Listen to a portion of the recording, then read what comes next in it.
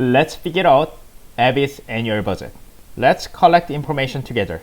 So Abby lives 24 miles away from her job, indicating that she drives 48 miles a day, right? Back and forth. And 38 miles per gallon.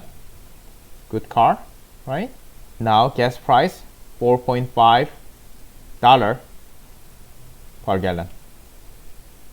Okay? Now, daily she drives 48 miles.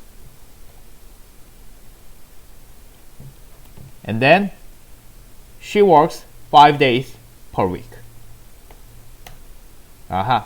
She drives 240 miles a week. And annually, she will drive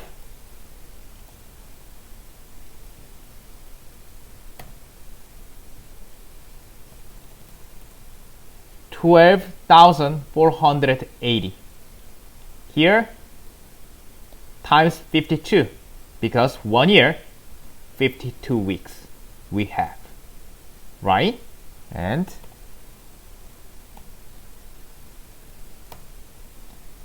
annually, she needs 328.421 gallon.